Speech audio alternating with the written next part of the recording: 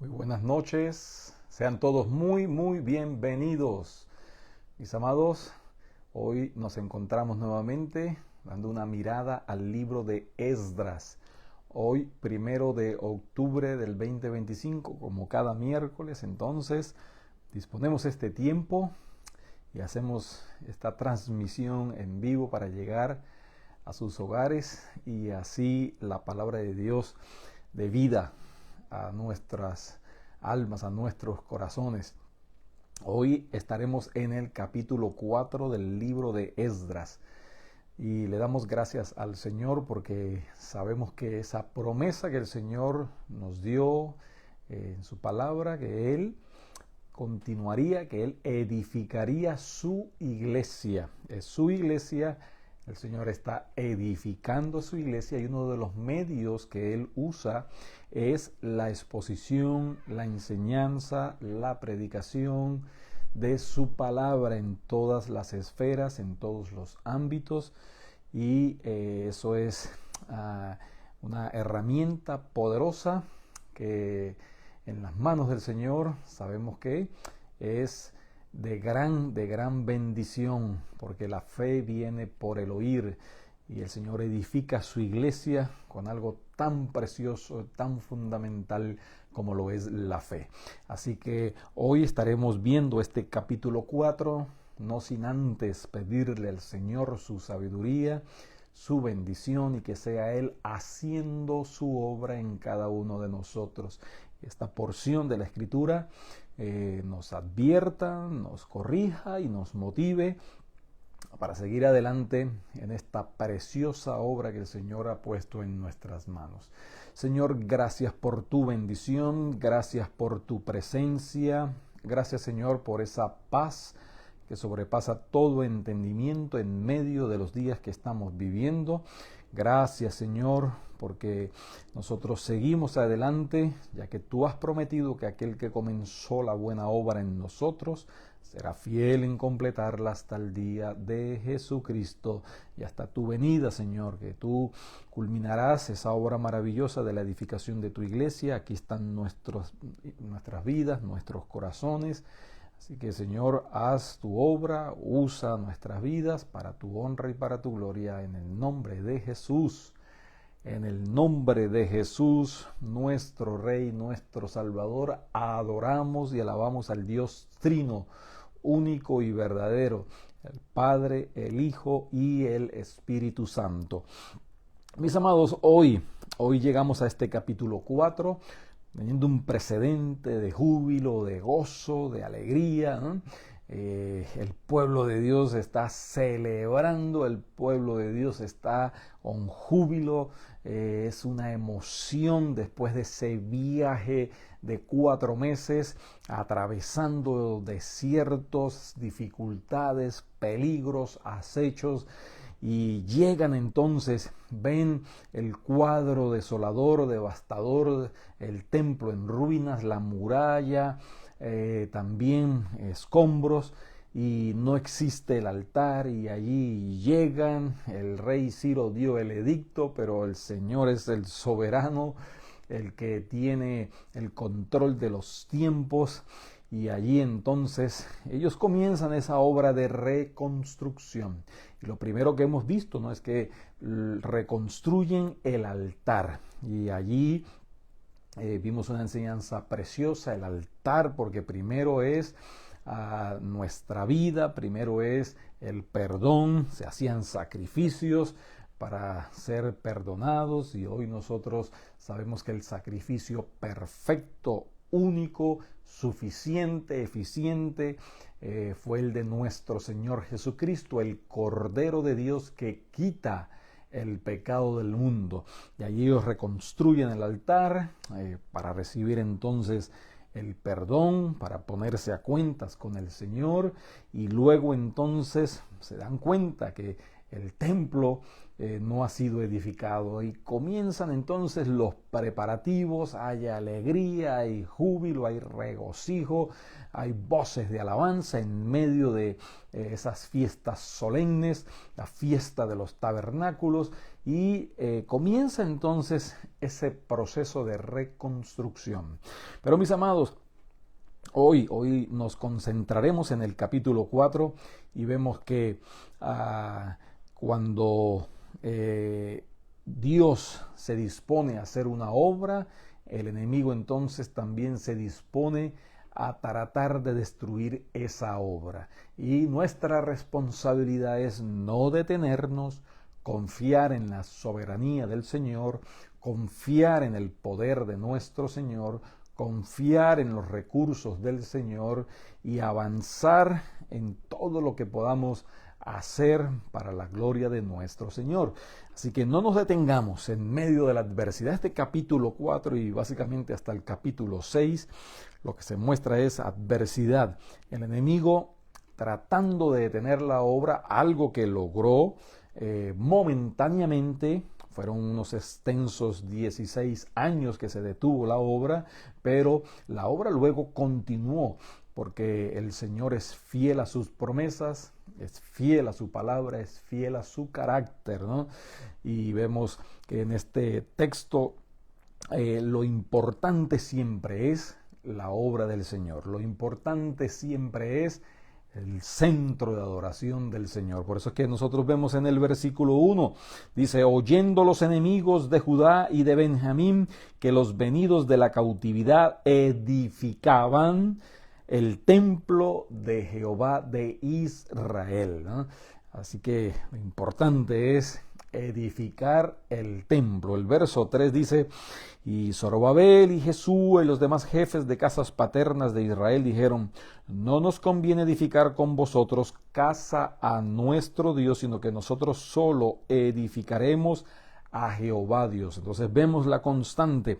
Importante es el centro de adoración, y termina este capítulo con una nota momentáneamente, transitoriamente lamentable, ¿no? Dice el verso 24, entonces cesó la obra de la casa de Dios que estaba en Jerusalén.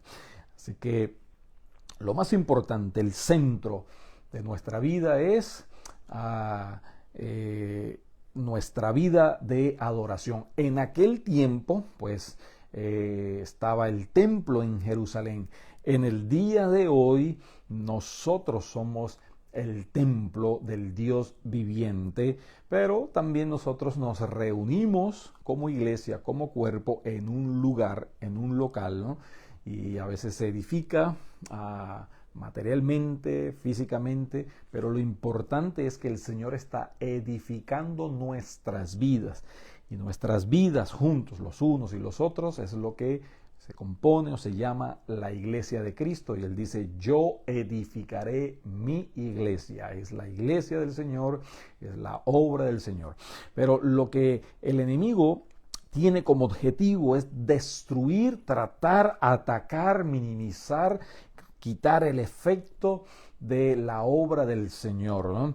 Usted puede ver allí el verso 1, dice, oyendo los enemigos de Jehová. Lo primero que escuchan es, allá está sucediendo algo. Allá están edificando nuevamente al Dios de ellos. Allá hay un movimiento, allá hay alegría, allá hay júbilo, allá hay esa unidad, ese gozo. Así que vamos a ver, ¿no? Qué es lo que está sucediendo allí, ¿no? Ahora, no solamente ellos oyen lo que está sucediendo, el verso 2 dice, y vinieron a los líderes. En este caso menciona a Zorobabel. Recordemos que Zorobabel era el príncipe, el líder, vamos a decir, político. Estaban los jefes, pero estaba el hijo del último sacerdote, estaba allí Jesúa. Entonces están los jefes de las casas paternas, ¿no? Y ahora ellos llegan se acercan y vamos a ver entonces esa estrategia maligna, ¿no?, que ha usado el enemigo y que continúa usando en el día de hoy. Para el Señor entonces la prioridad es la adoración, y lo que es prioridad para el Señor entonces debe ser prioridad para nosotros también. El Señor está edificando y nosotros somos colaboradores.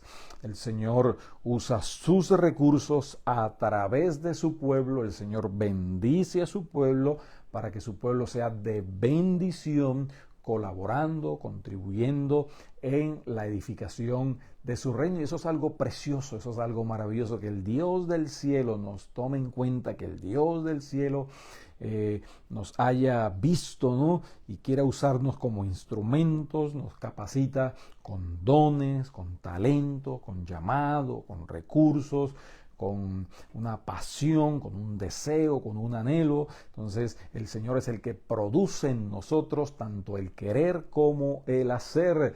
Pero no olvidemos que primero la adoración y luego el servicio, ¿no? Lo uno sin lo otro no tiene sentido y no tiene efecto. Caminan juntos, pero en el orden debido, ¿no? Y allí vemos, ¿no?, que el enemigo no descansa, el enemigo no da tregua, él escucha que hay avivamiento, que hay gozo, y él, sus estrategias, sus estratagemas, su astucia, sus planes, sus dardos, sus ministros, que se disfrazan como ángel de luz, entonces llegan aquí, se ofrecen, ¿no? Vea conmigo cómo dice el verso 2, y vinieron a Zorobabel y a los jefes de las casas paternas, y les dijeron, edificaremos con vosotros, ¿no? Ellos se ofrecen, ellos decían, aquí estamos nosotros queremos contribuir, nosotros queremos trabajar. ¿Y quiénes eran ellos, no? Esos eran básicamente lo que se conocía en adelante, y luego lo menciona en el mismo capítulo 4 como los samaritanos, ¿no? Recordemos la historia, se odiaban, y este fue el principio de ese odio, de esa animadversión, de esa contienda que tenían, ¿no? ¿Por qué? Porque los samaritanos eran los que habían quedado, se habían mezclado con los pueblos, las tribus, se habían casado con las mujeres que no eran del pueblo del Señor, y no solamente eso, sino que terminaron adorando a los dioses paganos. Y lo que vemos entonces es que ahora el Dios único y verdadero, Jehová de los ejércitos, formaba parte de uno de sus tantos dioses, es decir, es lo que se conoce como el sincretismo, es la unión de religiones, y allí entonces ellos dicen, expresan con sus palabras, le dijeron, edificaremos con vosotros, porque como vosotros buscamos a vuestro Dios y a él ofrecemos sacrificio desde los días de Esarhadón, rey de Asiria, que nos hizo venir aquí. Ese rey había hecho venir a todas esas poblaciones aledañas, y ellos trajeron sus dioses, trajeron sus ídolos, trajeron sus ritos, su paganismo, y ahora ellos dicen, también nosotros adoramos a vuestro Dios y también le ofrecemos sacrificio, ¿no? Entonces, hoy en día, ¿no?, si alguien dice, vienen del mundo, vamos, le ayudamos a la edificación de la iglesia, él también es nuestro Dios, muchos estarían aplaudiendo y recibiéndole, pero nosotros tenemos que tener esa centralidad, que únicamente los hijos de Dios pueden contribuir en el reino de Dios y ayudar, ¿no?, como colaboradores en el reino de Dios, ¿no? Ellos se ofrecen con mucha amistad, ellos van y se presentan como unos amigos, pero ya el verso 1 nos ha descrito el carácter, el corazón, la esencia del deseo de estas personas. Dice, oyendo los enemigos, y dice, menciona la tribu de Judá y menciona la tribu de Benjamín, y sabemos que de la tribu de Judá vino el Rey de Reyes y Señor de Señores en su naturaleza humana. Ellos tienen malas intenciones, ¿no?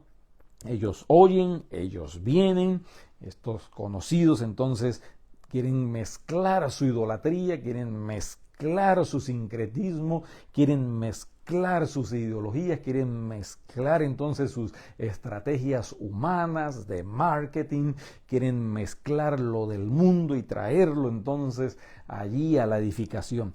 Y hoy en día sucede lo mismo, y la palabra de Dios nos enseña claramente que el que se hace amigo del mundo entonces se constituye en enemigo de Dios. Y recordemos ese dicho precioso, ¿no?, de George Mueller, que si hacemos la obra de Dios a la manera de Dios, entonces tendremos los recursos de Dios. El Nuevo Testamento nos da también en cuanto a la edificación, y ya nosotros como el templo en construcción, siendo edificado, también nos advierte de la siguiente manera.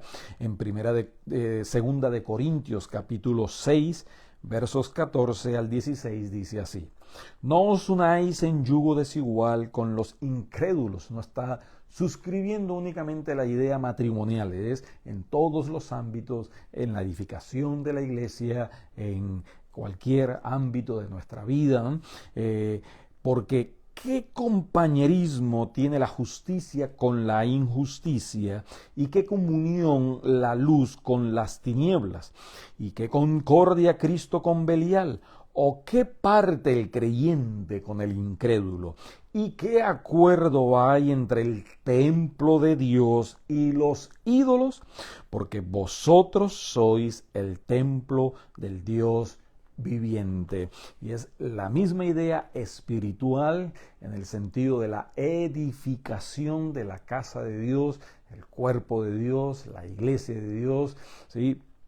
No podemos permitir de ninguna manera entonces que ideas, recursos, cualquier contribución ajena, alejada de los recursos, de lo que el Señor provee, no podemos permitir que sean parte de la edificación de la iglesia. Y no es que uno sea extremista, aunque le llamarían, no es que uno sea únicamente un fundamentalista radical, simplemente es obediencia al diseño de Dios, al mandato de Dios, al deseo de Dios. Es confiar que si Dios dio la orden de edificar, Él va a proveer. Es que tenemos que confiar completa y absolutamente en que el Señor, que está edificando, entonces Él va a proveer lo necesario para esa edificación.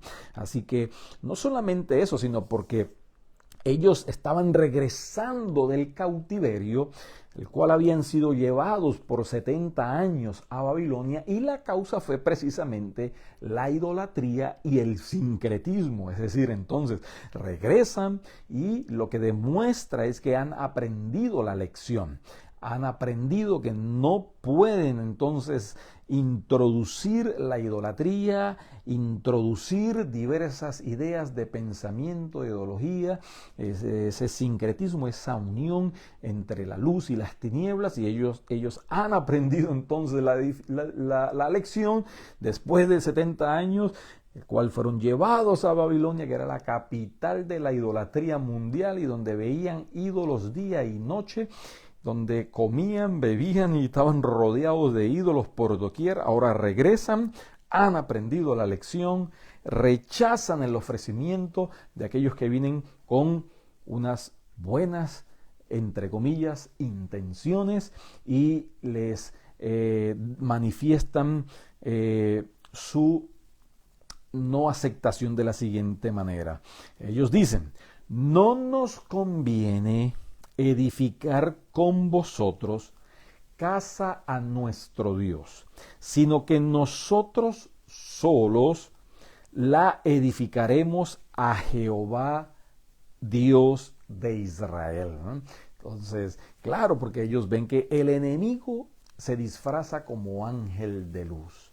Vemos que y allí entonces introduce, como dice el Nuevo Testamento, con milagros y con prodigios y con provisión engañosa para engañar al pueblo de Dios. Y ellos no querían volver a caer en la misma tragedia de la cual fueron objeto de ser llevados cautivos a Babilonia. Dicen, no nos conviene edificar.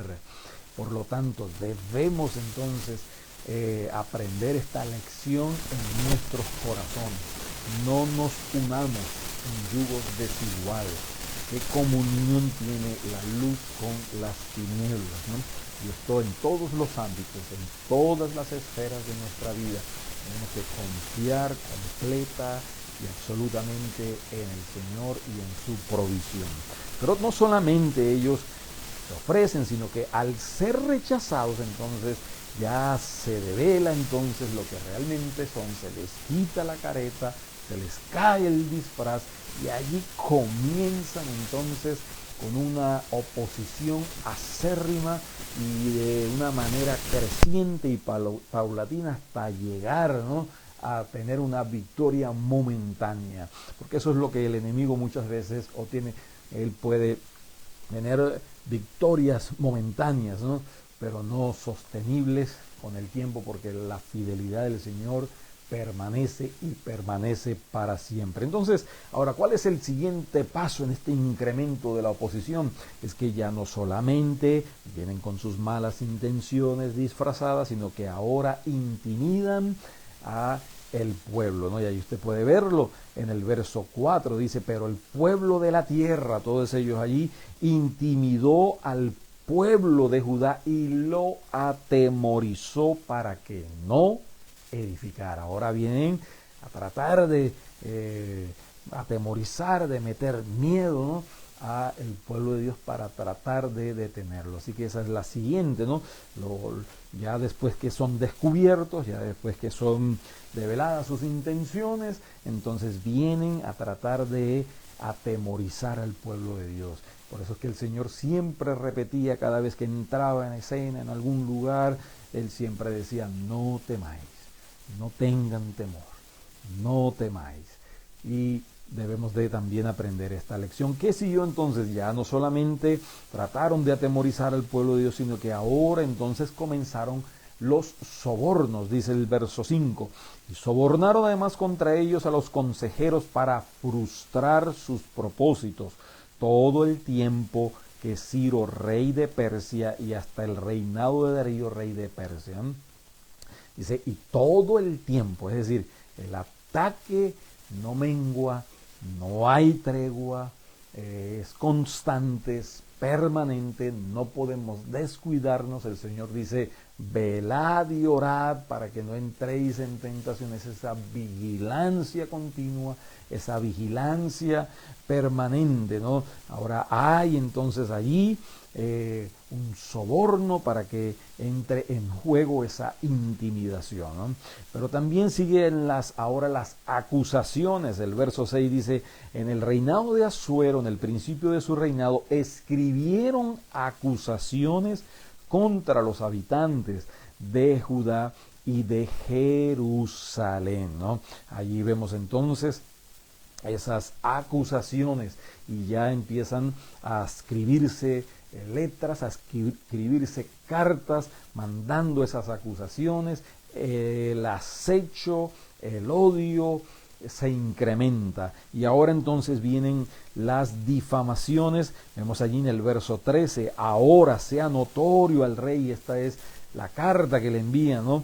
Si aquella ciudad fuere reedificada y los muros fuesen levantados, no pagarán tributo, impuesto y rentas, y el erario de los reyes será menoscabado. Entonces ahora vienen allí entonces difamaciones, falsos testimonios, hablando de falsas intenciones, ¿no? ¿Por qué? Porque el enemigo es el acusador, el enemigo es el que viene y usa todos los medios constantemente para tratar de detener con sus ataques la obra de edificación. Pero no se queda allí, sino que llega esa carta.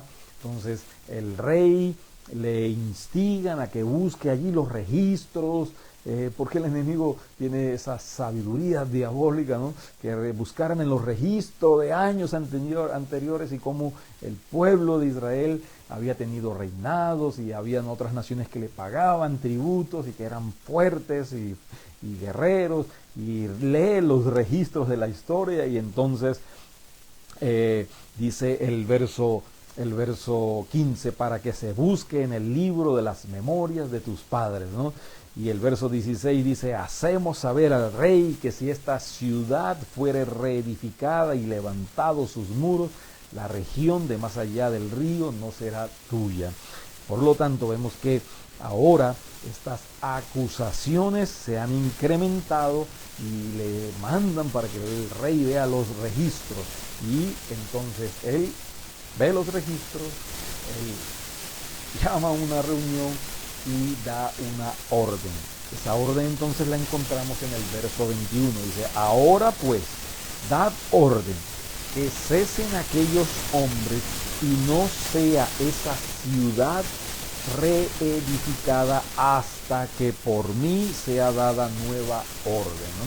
Algo importante en este versículo, él manda detener la obra, pero no menciona el templo, no menciona el altar, menciona la ciudad, pero producto de el engaño, la intimidación, el soborno, las acusaciones, las difamaciones, la violencia que ahora se hace manifiesta, entonces se detiene por completo toda la obra, no solamente de la ciudad, sino también del templo y por supuesto del altar. Cesa nuevamente todo, ¿no?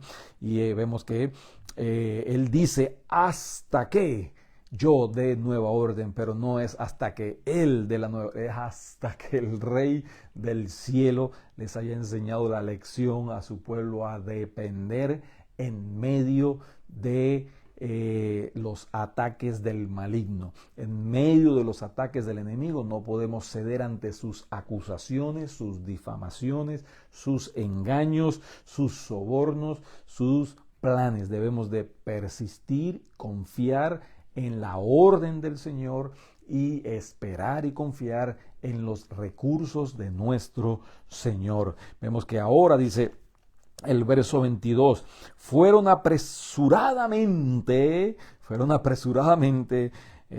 porque el enemigo es muy diligente. En muchos casos es más diligente que muchos de sus hijos en buscar el rostro de Dios. El enemigo es muy diligente, muy persistente, muy disciplinado. Dice que ellos fueron apresuradamente a Jerusalén a los judíos y les hicieron cesar con poder y con violencia.